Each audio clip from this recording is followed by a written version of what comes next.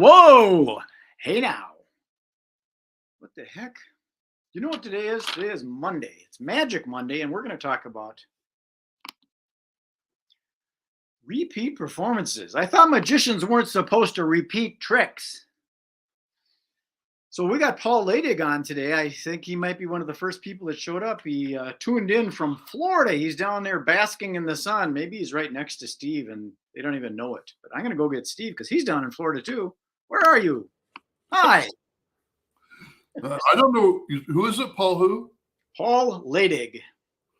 I'm not sure I know who Paul is. I don't know where he lives. So He's up here. He lives in Hudson, Wisconsin, just over the river, real close, maybe 15 minutes away from. He's down here in Florida right now. That might be. Smart guy. He's in Florida right now. That might have been him right there saying hello. It's beautiful out here today. So, yeah. Anyway, I'm loving Florida, and let me go ahead and make the announcement. I'm moving this week into my new place. So next Monday, I'll not be with you in the podcast because it's just too much at the end of the month here for me to deal with. I may not even have internet access at that moment. Right. So, and if someone that's listening right now wants to maybe take his place, I'll come on. Other than that, I might do just a short thing and give you my own personal opinion without the interruptions of Steve. I really encourage anybody to jump on, and be with you. So you have the ability. If you got There's Paul Ladig. You can check him out. Okay, I will. He used to be a gunslinger at the Western shows and stuff, and he does the cracking the whip thing, and he's a ventriloquism and magic and all that stuff. Yeah. How many of you saw this on the post that I put up on the senior group? I just saw it. The noblest art, making others happy. Yep. This is a quote from P.T. Barnum, and I find that is so true. I mean, if I ever had a purpose in my life, what am I saying? I know that my purpose in life is doing this, is making people happy. And with the magic I do, it's awesome, that I'm able to do that. The look in their faces, the feeling I get, and the interaction with the audience, it's evident to me that that's what I'm doing. And it, I guess it's a noble, gift and talent that I have to be able to give people like that.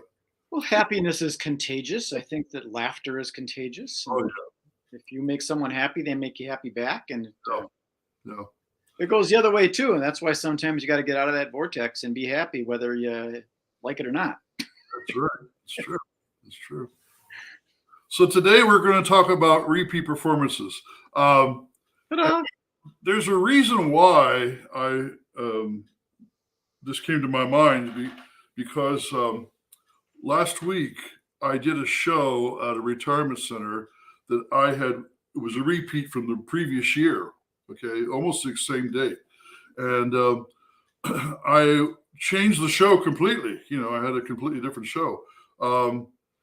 And when I first started, it was a larger group than last year, which was pleasing for me. Because I guess the word had gotten around that I'd given them a good show last year. But less than half of them were there the last year. And when I asked for a raise of hands, and even the ones that were there last year couldn't remember exactly what I did or what was said. They remembered me, but they didn't remember the show because I was asking them as I considered, delivering what I was delivering in that show. And so I was a bit surprised. Maybe I shouldn't be, because people don't always remember. I mean, think about it. How many times have you done a card trick? You say, here, pick your card. You see what it is, put it back in the deck. You remember what it was? And they're going, oh, no, I forgot what it was. Sure. I always have them show the card to somebody else. Always. I never let the one person look at the card because they either forget it or they call it wrong. So I always have them show the card before wrong, and I don't look, I also run into people that have seen my shows multiple times and they will mix effects up. Yeah, Like, remember when you lifted up that fez and all those sponge balls came out? yeah, right. There were no sponge balls on the fez. That's right. That's right. They mix them up. Yeah, there were flowers. They weren't balls.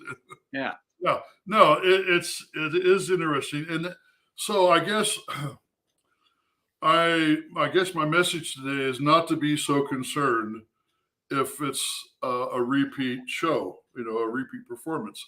I remember Terry Seabrook, if you know who he was a magician from England, and he was hired to do a show for some celebrities in England. And he thought to himself, well, they've all seen me do my burnt bill routine because that's what he was very popular for in that day. And so he changed the show around. He didn't do it in the show. And everybody said, why didn't you do the burnt bill routine? He goes, well, I thought you'd seen it before. You want to see something different? No, we wanted to see you do that trick again. Because they loved it. They loved the interaction. I want my money back. And there's nothing wrong with doing a repeat performance when you've got something that's good. I heard stories that Di Vernon, when magicians would show him a trick at the castle, he would say, well, that's pretty good. That's pretty good. He says, here, show that to Bill over here. And he'd have him show it to Bill. And he goes, oh, show that over here to Nick. And he'd have him show, and people started figuring out the reason that he was wanting him to repeat the trick because he was trying to figure it out. That was a story I heard about Di Vernon. If he didn't know how it was done, he'd have you show it to several other people until he finally figured it out. So yeah, tricked by the professor into repeating a trick. Yeah, well, I agree with you if you don't do the same trick twice, unless you're going to change it. Sometimes you can change the method in which you do it, and it plays well. That's another thing I was astounded. Matt King has a rope trick he does where he cuts the rope into pieces, little bitty pieces, and then restores the thing back together again. Well, magicians were trying to figure out how he did this because his method was different. And nobody could seem to really tie it down as to how it is he did it, because the truth is he had more than one method of doing it. Mm-hmm. And he would alter his methods. So the magicians were totally confused as about how it was done. How clever was that, So there's another example about doing the same trick twice, or somebody seeing you do the same trick, But it depends on, like, if maybe you do, like, you're talking about repeat engagements.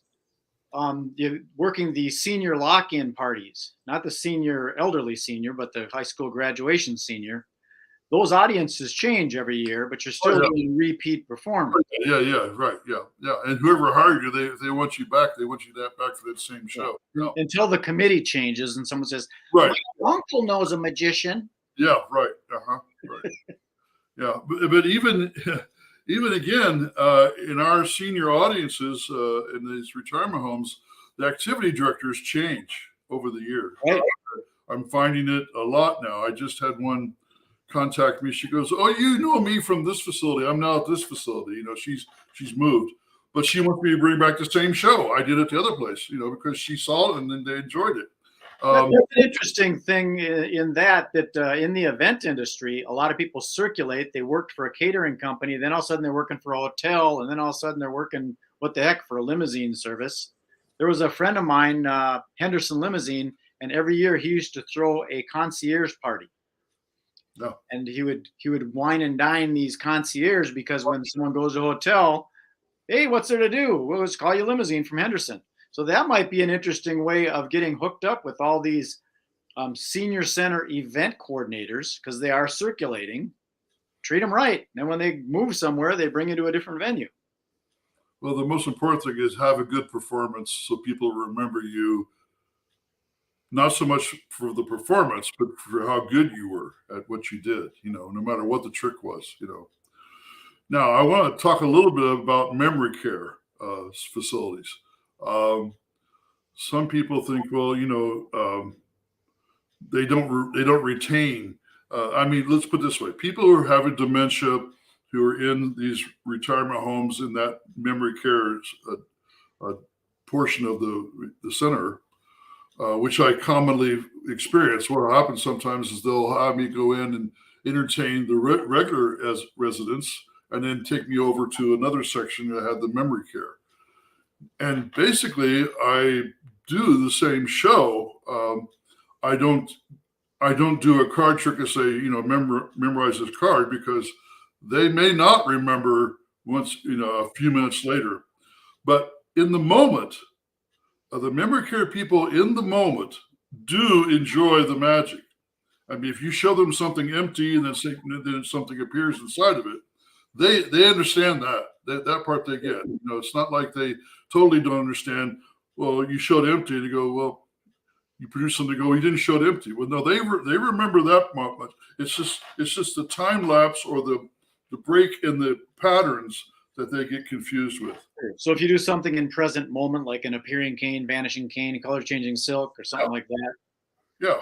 Or you keep it down to the basic stuff. You do things that are very colorful and funny. Do comedy. Now they may not respond as a normal audience would with some of the comedy I do, but they do enjoy it.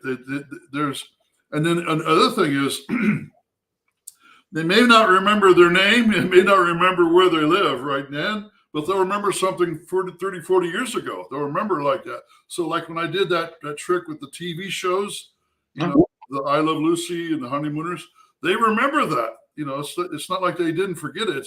It's funny how the brain functions the way it does and loss of memory. And by that myself too, there's certain things that I can remember as a child, and there's other things I'm clueless of it. I don't remember many Christmases. There's one thing I remember about a Christmas was I think I didn't have any gifts. My nephews gave me some of their gifts. I remember that.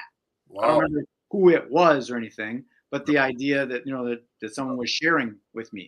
Wow.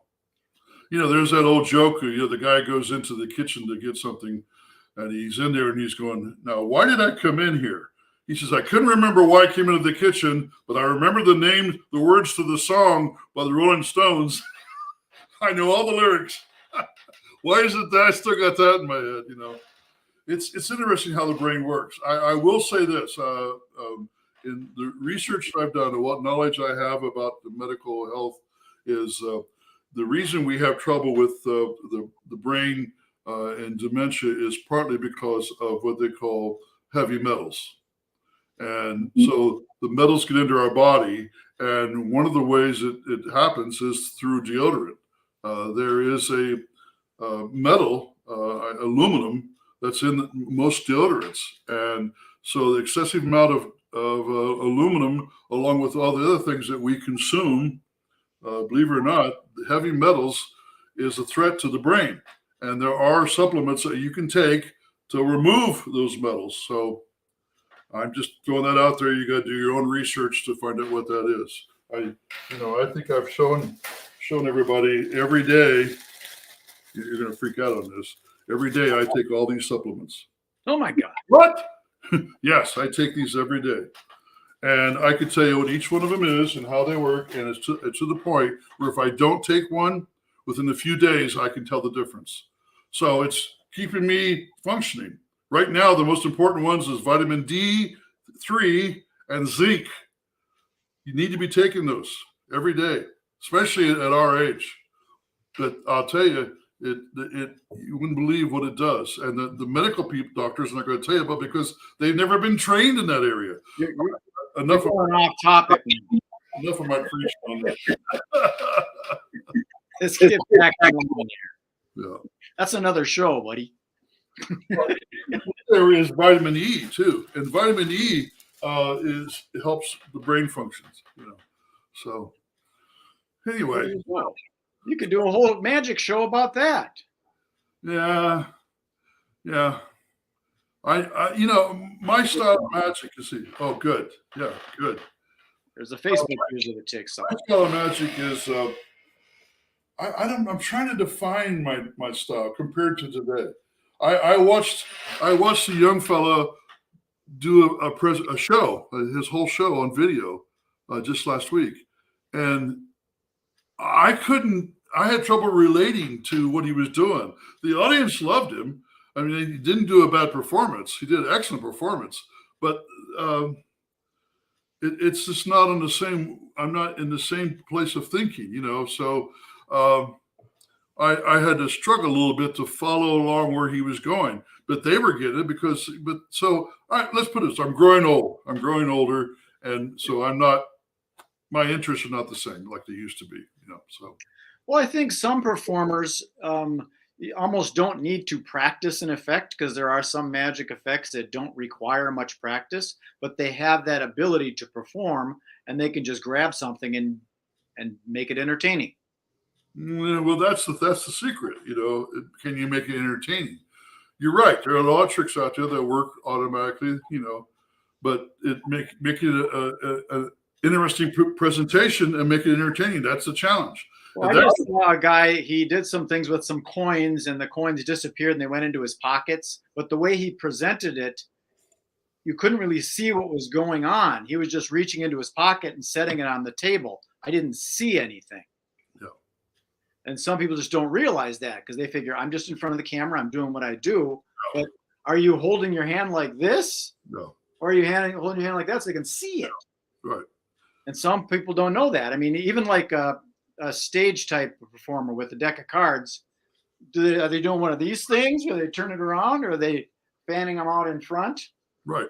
And some people don't realize that because they haven't got the experience as a savvy performer. Yeah. So in reference to memory, we're back there again now, huh? Well, in reference to that, you have to see it. It embeds the connection. So the visual part is very important. And I'm surprised how many places I'll go. In fact, it happened just last week where the lighting is working against me. Yeah. They had these windows behind me all open, and the audience is looking at me, and they're almost blind to me because the light behind you, so it's overbearing. So I had them close before I started the show. I never want light behind me. You always want light in front of you. Correct.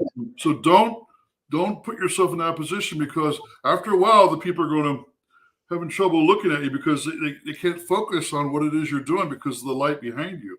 Sure. So that's another factor that we want to consider, when we're doing a performance. And here's the thing about it: the people who are booking you, who are bringing you in, they're not thinking about that. That's not the way they're thinking. No, and that sound is another element. If you're not using a sound system, are you projecting enough so they can hear you in the back row? And right. If you are using a sound system, do you have that just in the front, or you got the speakers in the back where people can hear it? Well, speaking about that, we still got time. Let me tell you this story. Yeah, I did a show last week for another scout group, and I posted it on my page, and I've gotten a lot of response about what happened. I asked them when I was booking the show, should I bring my sound system? And they said, no, it's only going to be, so many kids, and parents. I wish I'd had my sound system when I did that show, because the kids were so rowdy, so overbearing, yelling, getting up out of their seats. I had trouble most of the show trying to control the audience. And the sad thing about it was the parents and the scout leaders just sat there. And I asked for their help, and they didn't do a thing. Now, not all my scout shows are that way. I did one previously, and it was beautiful. It just depends, you never know. But if I'd had that sound system, it might have helped me having to project my voice, so that it becomes a matter of crowd control is what it is. So, my friend John Ivan, he almost always says, I need sound and lights. Yeah. Sound and lights. Yeah. If they can't see it, can't hear it, it's not much of a show anymore. Right. He's exactly right. Magic has to be seen. And yeah, I had another party I did. They walked in the room and they had dim because they had special lights. And I said, now when the show starts, the lights need to come up so they can see me. Yeah. Do you have your own light system? What? You have your own lighting system? I've got a small one. I used to carry it around, but way too much trouble. I got a small one that fits. It probably ends up being Well, 3 feet long. in my younger years, I would do that, but now I walk in with a simple presentation. I leave it to them. And one thing I do is I get as close to the audience as I can. I don't do like I did one the other day. They had a stage behind me, but I was on the floor because I wanted the people up close to me and the children to see me. You know. Same here. You do an event in the dance floor they put in front of the stage because Oh yeah, the dance floor going on either hand. I always perform on the dance floor if that's the case. I do not work on the stage. I agree. And I usually try to find out ahead of time. Of course, those type of venues I'm not really doing much anymore. So, yeah. Well, I'm rattling on. We're getting sort of off the subject, but at the same time, I hope this is valuable information. So, Well, I think any of these situations get a person to start thinking about some things. Like our friend Paul here, he's tuned in. He says one of the benefits of senior shows is you don't need to spend time. right about that. In fact, it's the alternative with the senior audience. She's going to try to get them to wake up. There you go. That's why you have the music, right? Well, cool. Oh, yeah. Well, So that was our topic today. Dun dun dun. Right there. Repeat performances. Don't be afraid of repeat performances. Don't be afraid of them. No, it's kind of redundant, isn't it? Do what you do it best. Yeah. Okay, Steve-O, I'll put you in the green room and sign this one off. And anybody wants to take Steve's place. In 2 weeks. 2 weeks. I'll be back. 2 weeks you'll be back, but next week you'll be absent. Yeah. Well, there you go. Anybody wants to come on as a guest, let me know. Other than that, I'm just going to do a little mini thing and I'll talk about my own stuff. Okay, that's it. Peace, love, and happen. Enjoy the rest of the day. Be good, be kind, be nice, be nice, be nice. Did I say be nice?